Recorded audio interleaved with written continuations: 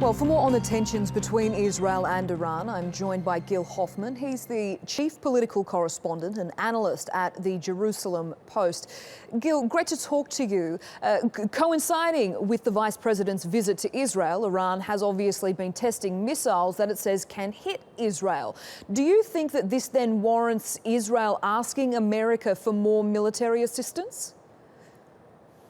There are negotiations taking place right now in a memorandum of understanding between Israel and the United States on Israel's military aid from the United States for the coming decade.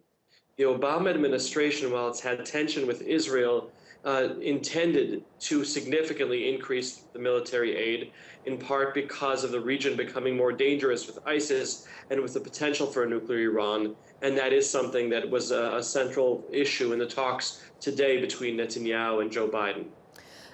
As you point out, there has been clear signs of strained relations between President Obama and Prime Minister Netanyahu. So what are your thoughts on whether Joe Biden's words that we just heard there will be enough to reassure Israel?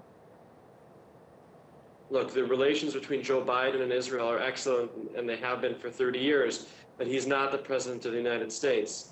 Israelis will be much more reassured when there's a new president in another 300 days or so. All the candidates for president, Democrats and Republicans, are pro-Israel and would make Israelis feel a lot more comfortable than the current one, who Israelis believe made mistakes throughout this region that have cost the lives of a lot of people, very few of them Israeli, but a lot of people in this region who, had there been a more successful American president, might still be alive today.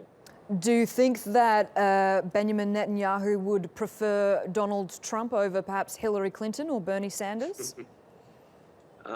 Netanyahu's been so much more careful now than he has been in the past. There's no doubt he gets along better with Republicans. It's his personality, but he's dealt with Hillary Clinton for many years. I think that they would get along very well. Hillary Clinton herself wrote in her book that she advised Obama to have different policies in the Middle East, and that Obama didn't take her advice. Perhaps if he would have, things would be better in this region now.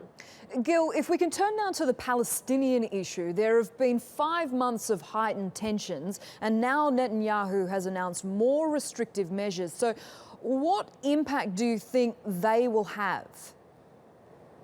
Wow, that is not an accurate summary of what's going on at all. Yesterday, there were terrorist attacks throughout Israel. There was a terrorist attack that happened right outside where Biden was meeting with our former president, Shimon Peres. And in spite of all these attacks, Netanyahu has resisted pressure to put restrictive measures on the Palestinians. He could have prevented the Palestinians from coming into work months ago and been much more popular among his people. He hasn't taken those steps because he believes that there should be Palestinians working, and that would lead to them committing fewer terrorist attacks. Right now, that theory is put in jeopardy by there continuing to be attacks that target Jews, Christians, Muslims. The person who was killed yesterday was an American Christian tourist.